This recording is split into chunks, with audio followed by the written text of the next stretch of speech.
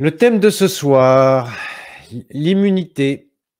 Ça va être l'occasion de tordre le cou à un certain nombre de croyances et de mettre en lumière, toute la pertinence de la médecine chinoise, même si vous savez qu'en médecine chinoise, on n'explique rien en matière de molécules, en matière de d'hormones et cetera.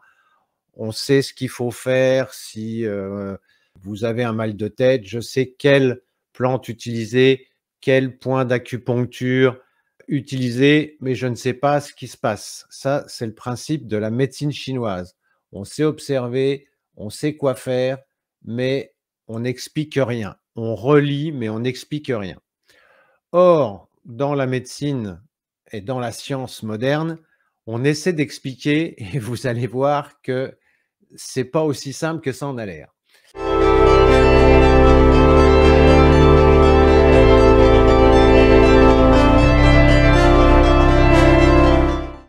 Alors j'ai extrait quelques articles pour qu'on fasse un petit peu le point.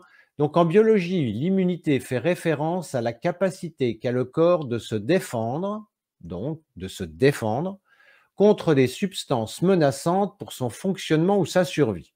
Bon, donc la capacité qu'a le corps de se défendre, bon, jusque-là on est d'accord, contre des substances menaçantes. Bon, vous voyez déjà le nom de substances menaçantes, c'est assez flou. Ces menaces peuvent être de 3 ordres: des microbes, virus, bactéries, champignons, parasites, des cellules devenues cancéreuses ou un corps étranger. Bon, ça c'est déjà le premier point. Donc, l'immunité sert à se défendre contre des substances menaçantes. Et là, vous voyez qu'on fait référence à des microbes et à des cellules devenues cancéreuses. Donc, vous voyez déjà, on n'est pas du tout dans le même registre. Et vous allez voir que ça a son importance. Bon, corps étranger, ok. Alors ensuite, les systèmes immunitaires et endocriniens sont reliés. Ah, ça c'est intéressant. Les systèmes immunitaires et endocriniens, donc endocriniens, ce sont les hormones, sont reliés par un réseau d'interaction bidirectionnel. Bidirectionnel, qu'est-ce que ça veut dire? Ça veut dire que ça fonctionne dans les 2 sens. C'est-à-dire que le système immunitaire agit sur le système endocrinien, donc les hormones, et les hormones agissent sur le système immunitaire. Donc vous voyez déjà que ça commence à se compliquer, qui d'une part permettent aux hormones de moduler les fonctions immunologiques et d'autre part permettent au système immunitaire de produire des effets neuroendocriniens. C'est ce que ça veut dire. Donc ça veut dire que système immunitaire et système endocrinien, hormones, interagissent l'un avec l'autre. Et ça va commencer à compliquer les choses. Les maladies auto-immunes résultent d'un dysfonctionnement du système immunitaire conduisant ce dernier à s'attaquer aux constituants normaux de l'organisme.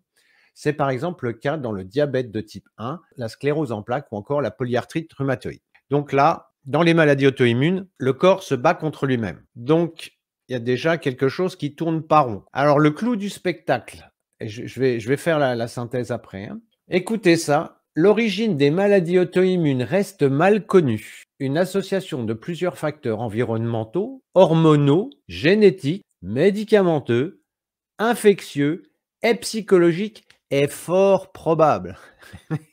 Est fort probable. Bon, il y a de tout ça, mais c'est probable, on n'est pas sûr.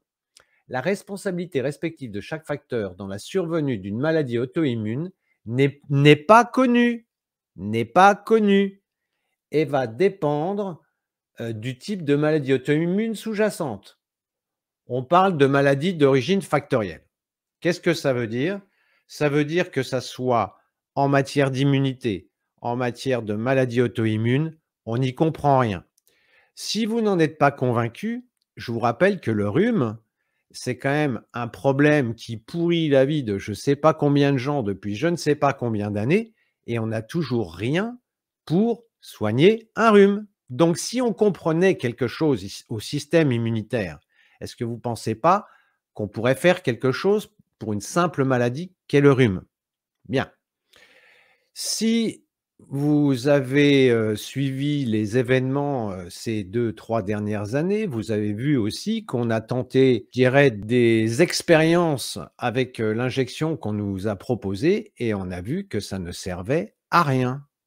Donc si on y comprenait quelque chose à l'immunité, eh bien, on arriverait à faire à faire quelque chose, à renforcer le corps, à aider à lutter contre les maladies. Alors certains vont dire que les vaccins, sont un moyen, mais les vaccins, on ne peut pas dire que ça renforce l'immunité. Ça ça en supposant que ça fonctionne, ça permet une immunité, mais ça ne la renforce pas, puisque un vaccin n'est ciblé que par rapport à une maladie. Or, le système immunitaire, lui, est destiné à vous protéger de toutes les maladies. Et puis, ce qu'il y a quand même d'intéressant, si on revient à nos moutons là, au début, vous voyez, où on vous dit: «Le système immunitaire, il est destiné à, ici, nous protéger, des microbes, OK, mais aussi des cellules devenues cancéreuses». Donc vous voyez que là, les microbes, logiquement, enfin, on suppose qu'ils viennent de l'extérieur, alors que les cellules cancéreuses viennent de l'intérieur. Et c'est vrai qu'on produit des cellules cancéreuses tous les jours et logiquement, le corps, avec les camions poubelles, élimine les cellules cancéreuses. Bon, ça veut dire que s'il y a un cancer qui se développe, on vous dit: «Ah oui, mais c'est les cellules cancéreuses qui ne sont pas éliminées». Mais c'est peut-être aussi qu'il y a une production de cellules cancéreuses qui est trop importante. Peut-être que le camion poubelle, il passe tous les jours, normalement, mais la production, elle, est trop importante. Donc vous voyez qu'il y a beaucoup de flou dans tout ça et en fait, l'immunité, eh bien, c'est loin d'être clair, a fortiori avec le deuxième point où on voit qu'il y a une interrelation entre le système immunitaire et le système endocrinien. Donc vous voyez combien tout ça est compliqué, tout ça comment tout ça interagit et comment, bah, je veux dire, comme bien souvent au niveau de la science moderne, on essaie de réduire, on fait croire que l'on comprend, alors qu'en fait, personne n'y comprend rien. Alors les Chinois comprennent pas plus, mais ils ont une approche qui est différente. Alors, l'approche des Chinois, elle est beaucoup plus basique, mais au moins elle est claire. Donc déjà, pour comprendre l'approche des Chinois, il faut distinguer ce qui est une maladie externe de ce qui est une maladie interne. Donc là, on va appeler une maladie externe quand la maladie fait référence à quelque chose qui vient de l'extérieur. Donc ça peut être un microbe, ça peut être une bactérie, un virus, un champignon. Alors les champignons, c'est ce qui donne les mycoses, hein, pour ceux qui ne sont pas forcément au fait, hein. Et puis vous avez une notion, alors ça on appelle ça Xie, on appelle ça une perversité. C'est-à-dire quelque chose qui vient de l'extérieur, quelque chose qui vient nous embêter. Et puis, il y a un concept qui est important à connaître, c'est la notion de Chengqi, c'est-à-dire la vitalité. Et en fait, la maladie apparaît quand la perversité, quand l'agresseur est plus fort que la vitalité. Je veux dire, jusque-là, c'est logique. C'est-à-dire que si vous avez votre voleur qui est plus puissant que votre porte d'entrée, ben, il va défoncer la porte d'entrée, il va rentrer chez vous, hein, c'est ce que ça veut dire.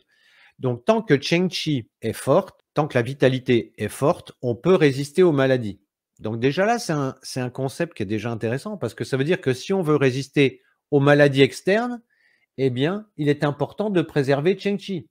Et vous voyez qu'avec le confinement, avec le fait d'empêcher les gens de faire du sport, vous voyez, les aberrations auxquelles on a été confrontés ces derniers temps. Donc là, on a vu le concept de maladie externe et c'est à comparer, à mettre en face de la notion de maladie interne. Et en fait, une maladie interne, il n'y a pas quelque chose qui vient de l'extérieur. C'est un déséquilibre entre le yin et le yang. C'est un déséquilibre énergétique qui va faire que vous allez tomber malade. Typiquement, dans le cas d'un cancer. Dans le cas d'un cancer, vous n'avez pas un agresseur, même si certains agresseurs peuvent favoriser, notamment en fragilisant les muqueuses ou autres, mais vous n'avez pas un méchant virus qui vient vous attaquer.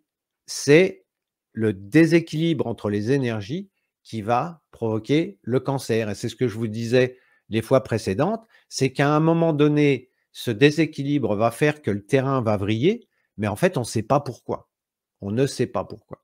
Vous voyez, par exemple, si on prend une maladie externe, comme la grippe, bon, c'est quelque chose de classique. On sait que dans la grippe, il y a un virus qui est impliqué, donc ça, c'est ce qu'on appelle une CHI, c'est ce qu'on a vu tout à l'heure. Le corps réagit, vous aviez de la fièvre, donc ça chauffe. Donc là, on est bien d'accord que la chaleur est en relation avec notre perversité. C'est la perversité qui a fait que le corps a réagi et qu'il y a de la fièvre. Mais si on prend par exemple le cas de l'épilepsie, l'épilepsie, il n'y a pas de virus, il n'y a pas de microbe, il y a rien qui vient de l'extérieur. Donc de quoi vient l'épilepsie? Bah, en médecine conventionnelle, on appelle ça des fois une maladie idiopathique, on appelle ça de l'hypertension essentielle. Bon, ça, ce sont des termes élégants pour dire qu'on ne sait pas de quoi ça vient.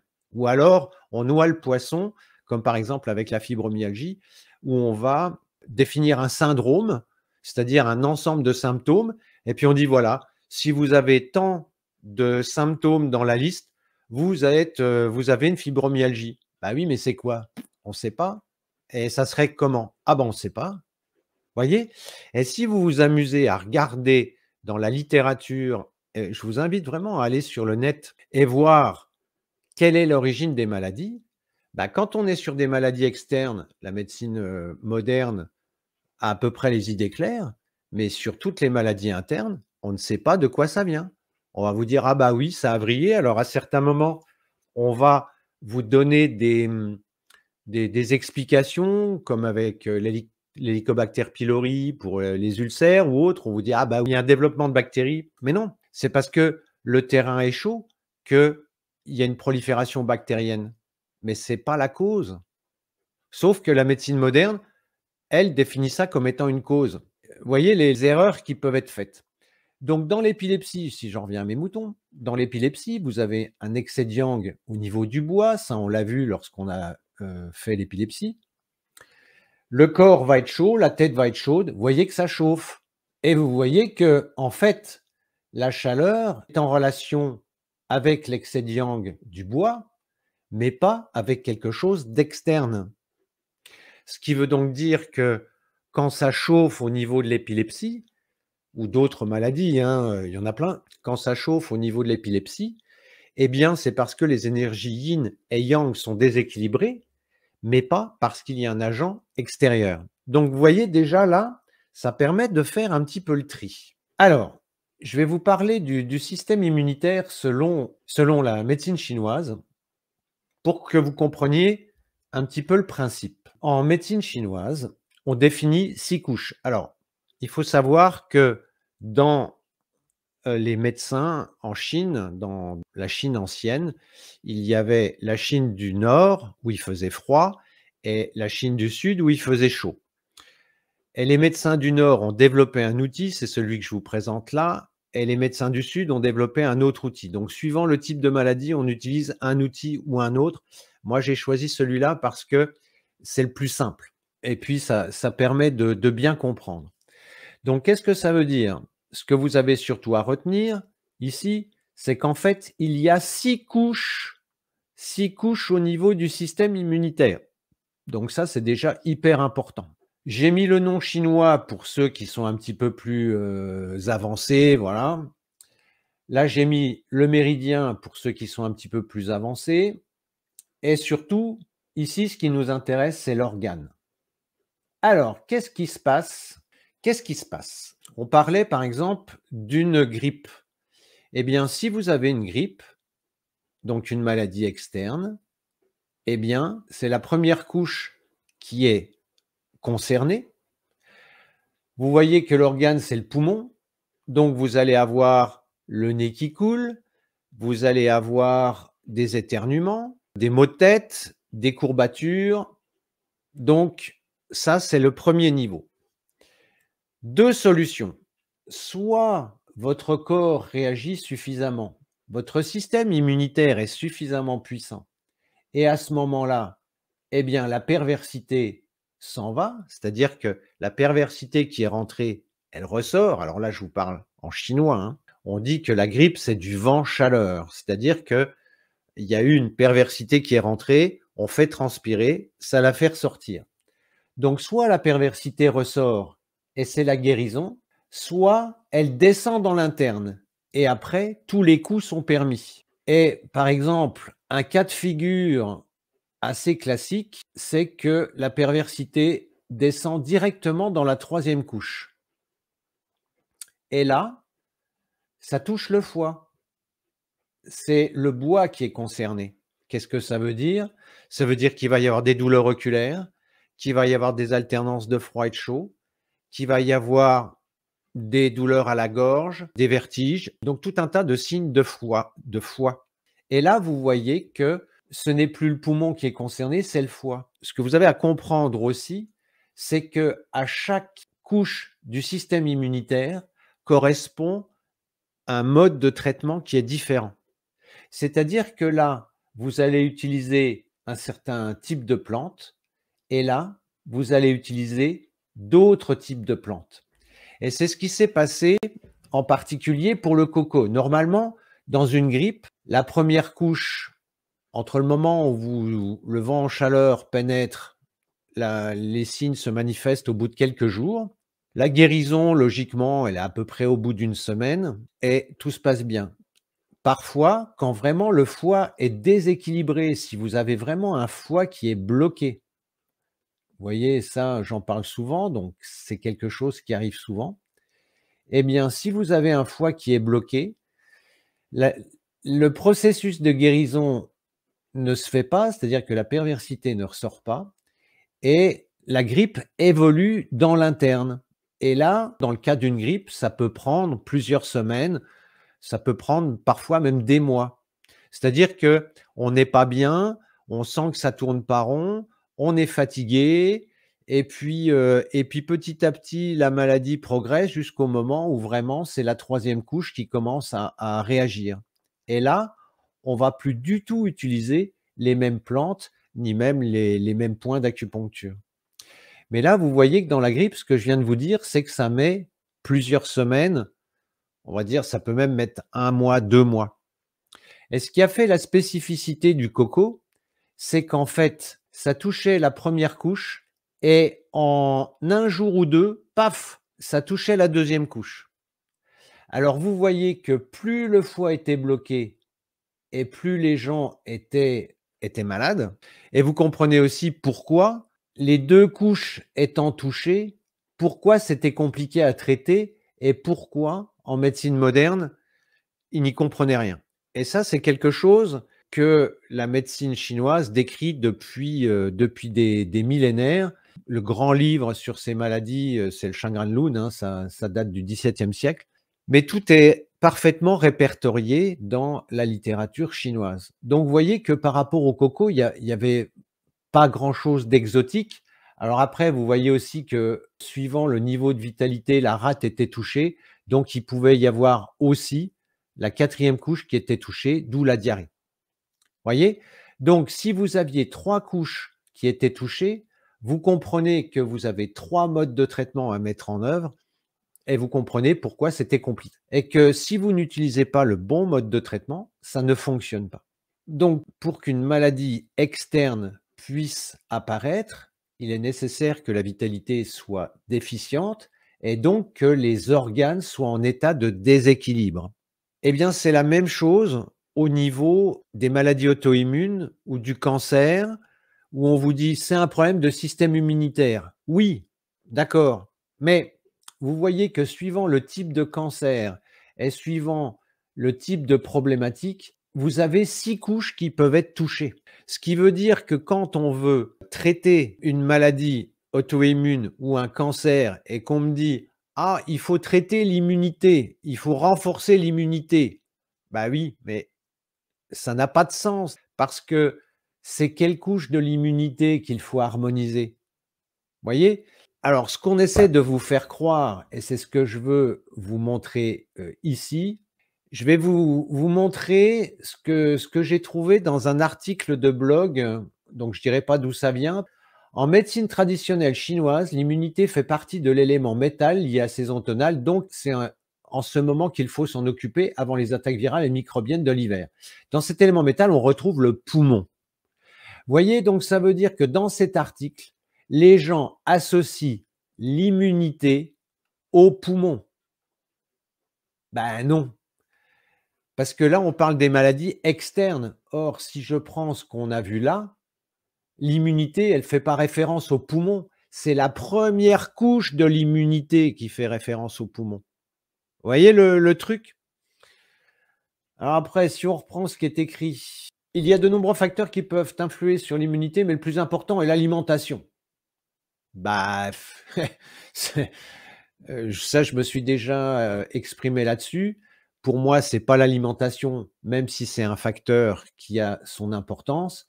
Pour moi, le facteur le plus important, c'est le facteur émotionnel. C'est pas le facteur alimentaire. Alors, les plantes de l'immunité, de très nombreuses plantes peuvent stimuler le système immunitaire. On les retrouve d'ailleurs dans les protocoles de traitement de la pire, maladie due à une déficience immunitaire, le cancer. Donc vous voyez que là, on fait encore une soupe entre les plantes qui soutiennent l'immunité et le cancer. Et qu'est-ce qu'on trouve? Eh bien, on trouve le ginseng, dont je vous ai parlé la dernière fois, et on trouve l'astragale. L'astragale, c'est une plante qui tonifie le poumon. Et si vous l'utilisez dans le cancer, eh bien, vous faites une erreur. Vous faites une erreur parce que si vous avez un cancer qui est lié à un foie bloqué, le fait d'utiliser l'astragale ou d'utiliser le ginseng, ça va renforcer le blocage. Vous voyez, on vous dit l'astragale, plante majeure de la pharmacopée chinoise, gna gna gna, c'est l'une des plus fortes stimulants connues de l'immunité innée acquise, gna gna gna. Elle fait partie des protocoles anticancéreux. N'importe quoi. C'est du grand n'importe quoi. Donc, vous voyez, ça, c'est des choses qu'on trouve sur internet et puis là, en plus, c'était des gens réputés, compétents. Donc, ça n'a pas de sens parce que l'astragale est une plante qui agit sur la première couche du système immunitaire. Alors bien sûr, comme elle stimule le qi et le yang, elle va avoir une action de stimulation du métabolisme. Mais ça peut avoir un aspect délétère à partir du moment où vous êtes sur un déséquilibre en faveur du yang. Si vous utilisez de l'astragale, je veux dire dans une grippe, c'est du grand n'importe quoi. Vous voyez? Même si vous l'utilisez avant ou après la grippe. On la réservera aux sujets fragiles et très fatigués en période critique? Bah, oui, bah non, parce que la plupart des occidentaux sont en déficience de sang, d'où la déficience d'énergie. C'est par voie de conséquence. Donc si vous agissez directement sur l'énergie, ça va pas fonctionner. Et les animaux, on a vu que la plupart du temps, leur problématique, elle était au niveau du yin, donc du sang. Si vous donnez de l'astragale à un animal, vous avez toutes les chances que ça chauffe et vous avez toutes les chances que ça se passe mal. Alors après, c'est une question de dosage. Mais soit vous utilisez des petits dosages et ça sert à rien, soit vous allez utiliser des gros dosages et ça peut se passer assez mal. Voilà, donc vous voyez que sur le net, on peut trouver tout un tas de choses qui sont extrêmement approximatives. Donc si vous avez à retenir une chose, c'est que quand on dit: «Je veux renforcer le système immunitaire», bien souvent, vous voyez que dans la, sagesse populaire ou chez, ce que vous trouvez dans les magazines féminins ou autres, ou dans des mauvais articles de blog, eh bien, ça fait référence à la première couche. Donc renforcer la première couche, c'est pas forcément ce qu'il y a de plus judicieux, parce qu'on a vu aussi, et je vous rappelle, ici, je vous ai mis, les 5 éléments. Je vous rappelle quand même qu'il y a une interaction. Ça, on l'a vu quand on a fait les 5 éléments. C'est-à-dire que vous avez un cycle, chaque organe nourrit un autre, donc tous les organes sont interdépendants. Et puis on a vu aussi que chaque organe contrôlait un autre. Ce qui veut dire que si vous voulez véritablement renforcer votre système immunitaire, eh bien, c'est sur tous les organes qu'il faut agir. Ça, c'est pareil en Qigong, vous avez des livres, renforcer, la rate, ou travailler, mais non, en médecine chinoise, on ne travaille pas comme ça.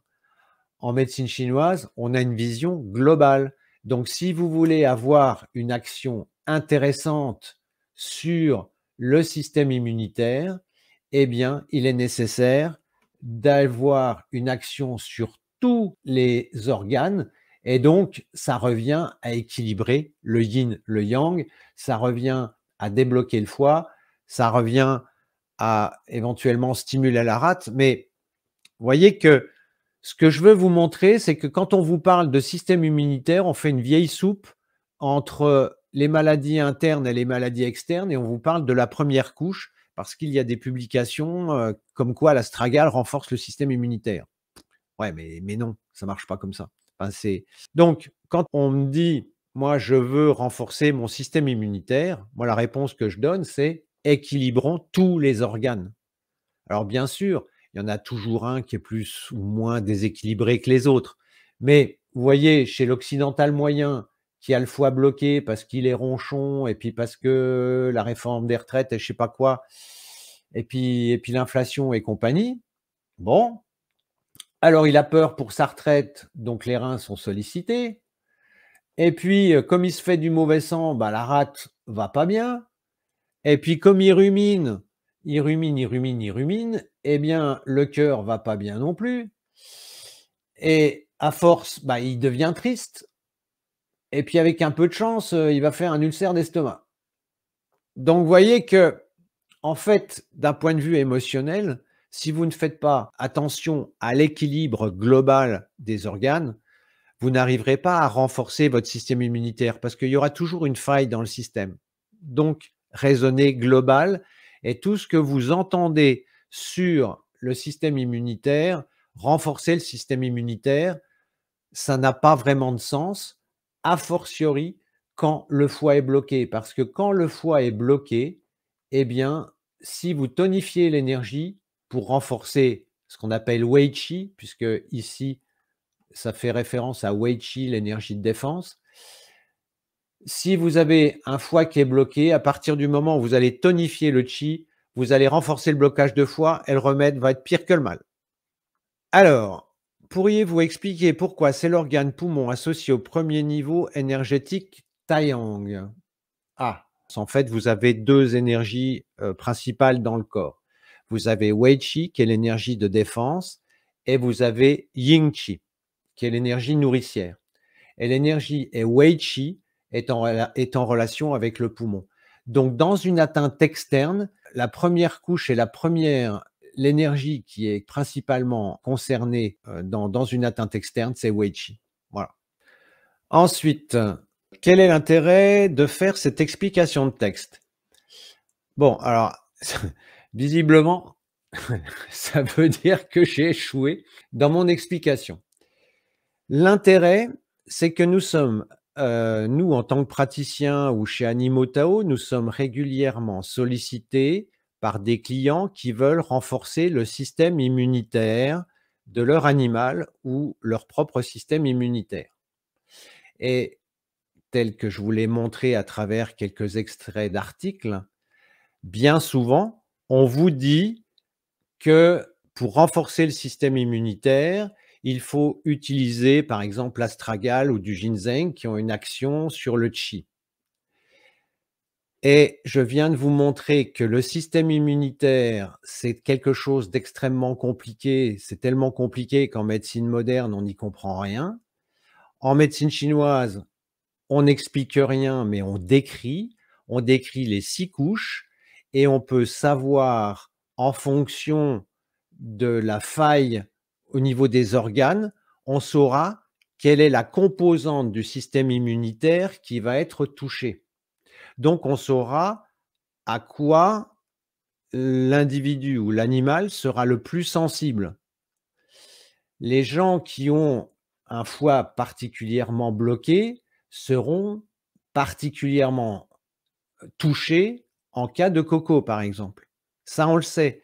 Et quand on étudie les maladies externes, en tout cas, c'est comme ça que moi je l'enseigne, j'invite toujours les étudiants à identifier la nature de la perversité, parce que ça peut être du vent, ça peut être du vent chaleur, ça peut être du vent froid, il y a tout un tas de combinaisons, ça peut être du vent, de l'humidité, et cetera. Donc il faut d'abord identifier les perversités et ensuite identifier le terrain et c'est la combinaison des 2 qui va nous guider pour le traitement.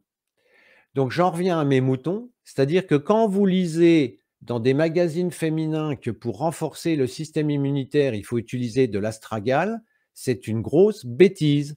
Parce que si on veut renforcer le système immunitaire, soit vous agissez d'une façon globale, ou soit vous allez voir un praticien qui va vous dire: «Écoutez madame, vous avez particulièrement le foie bloqué ou particulièrement les reins affaiblis» et à ce moment-là, lui va vous proposer un certain nombre de solutions pour renforcer ses organes.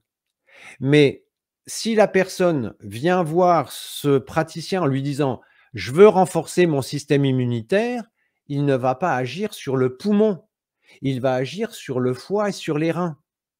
Vous voyez, c'est ça que j'aimerais que vous compreniez. C'est que pour renforcer le système immunitaire, il faut renforcer les organes qui correspondent, qui sont affaiblis et qui correspondent à certaines couches. Mais agir systématiquement sur la première couche, ça n'a pas de sens. Alors, c'est bien de dire ce que font les autres, ce que les autres font, mais quoi faire du coup? Bah, je viens de l'expliquer, c'est-à-dire, c'est l'objet des informations que je vous donne, c'est-à-dire de réussir à identifier où est la faille, puisqu'on a vu qu'avec les animaux, en listant toutes les maladies, si vous reprenez toutes les vidéos, je vous ai dit, bah, vous voyez, le lymphome, c'est un blocage de foie, Cushing, c'est les reins qui sont faibles, c'est le foie qui est bloqué, vous avez la fourbure, c'est le yin du foie qui est déficient, etc. Donc, à partir du moment où vous savez quel est l'organe qui est touché, ou si votre animal déclare une maladie qui se manifeste par un déséquilibre, eh bien, on a la solution, ou si c'est vous, vous allez voir un praticien qui va identifier où sont vos faiblesses et qui va vous proposer des solutions pour pour renforcer les organes ou pour rééquilibrer les organes, puisque s'il s'agit d'un foie bloqué, l'idée c'est de le rééquilibrer, mais pas de le renforcer. Donc comment peut-on équilibrer tous les organes? Eh bien, ce que je voulais vous montrer ce soir, c'était déjà que l'immunité, c'est beaucoup plus compliqué que ça en a l'air, déjà. Que ce qui est dit dans la littérature, c'est pas forcément pertinent. Que ce qui est fait par certains praticiens, ce n'est pas forcément pertinent. Alors, je vous ai parlé du ginseng et de l'astragale, mais j'ai vu aussi que le gingembre était utilisé par certains praticiens. C'est le gingembre, vous allez avoir une action au niveau des reins. Alors, ça réchauffe globalement. Alors, c'est sûr que si vous sortez le lance-flamme, vous allez aussi réchauffer le poumon. Mais attention aux dommages collatéraux, surtout c'est sur des sujets âgés. Donc, les plantes sont à utiliser d'une façon pertinente. Et si véritablement on veut avoir une action sur l'immunité, c'est au-delà du poumon qu'il faut voir, c'est prendre chaque organe et voir si l'organe fonctionne correctement ou pas. Et pour savoir si un organe fonctionne correctement ou pas, on a des outils, on a des signes, ou alors on est en situation extrême et votre animal développe une certaine maladie qui nous renvoie directement au déséquilibre que j'ai expliqué dans les différentes vidéos. L'idée, c'est de faire du mieux qu'on peut. On est tous dans un environnement stressant, on travaille tous comme des malades, on travaille beaucoup en hiver, comme j'ai déjà expliqué, alors qu'on devrait se reposer en hiver. On est en totale disharmonie avec la nature. On a une nourriture, bon, on fait du mieux qu'on peut, mais il y a quand même beaucoup de gens qui mangent de la junk food et ça va pas faire, avancer le schmilblick.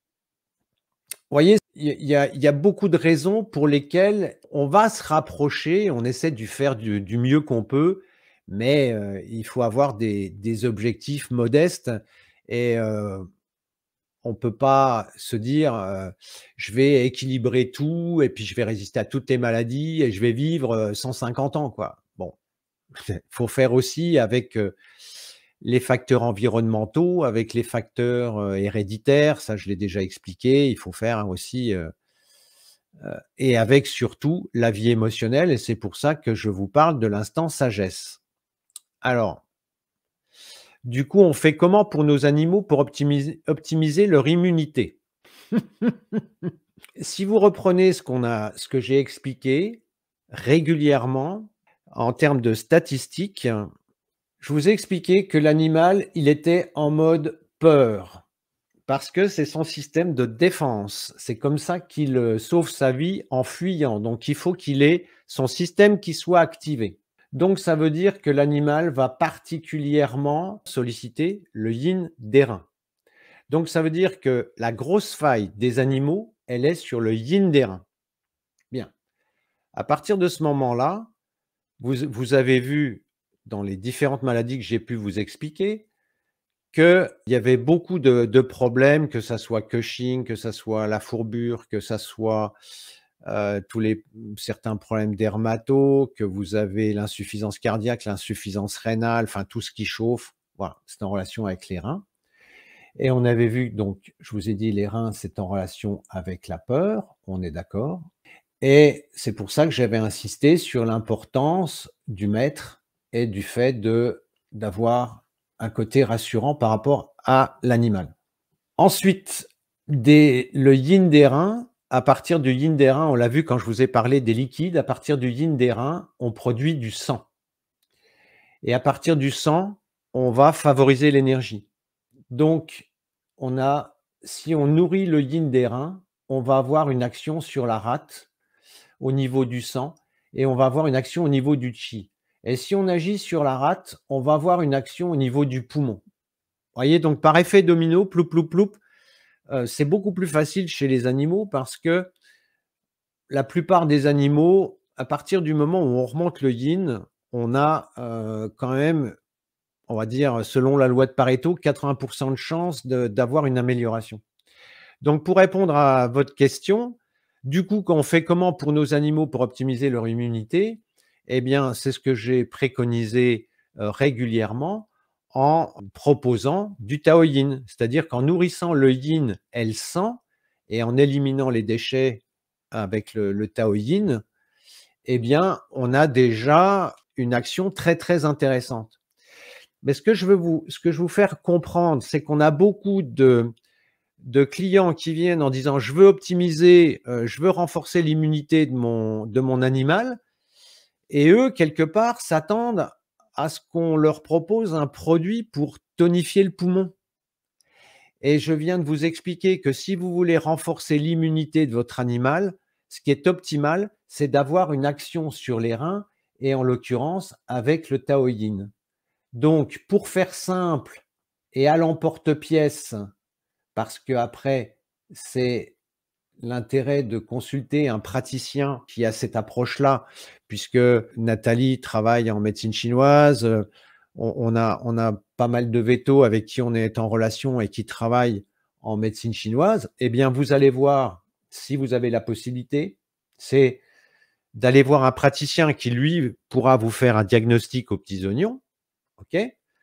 Moi qui suis, derrière mon écran à vous donner des conseils, si déjà vous nourrissez le yin de votre animal régulièrement, vous allez avoir une action qui sera intéressante dans 80% des cas et qui, dans tous les cas, sera bien beaucoup plus intéressante que d'utiliser l'astragale, le gingembre ou le ginseng. Voilà. Si déjà vous avez compris ça, je me dirais que, cet exposé aura servi à quelque chose. Voilà. Alors Julie, merci. Donc il faut nourrir le yin. Bah ouais, bah voilà. Chez les chiens, hein, on est bien d'accord. Alors quand je dis il faut nourrir le yin, on est bien d'accord que c'est la solution la plus pertinente et qui va fonctionner dans 80% des cas. Mais il faudra pas venir me voir en me disant: «Oui, j'ai nourri le yin de mon animal et il a fait un lymphome». Bah oui, non, ça c'est plus compliqué que ça la vie, hein, s'il y a un blocage de foie derrière, c'est pas le fait de nourrir le yin qui va régler le problème.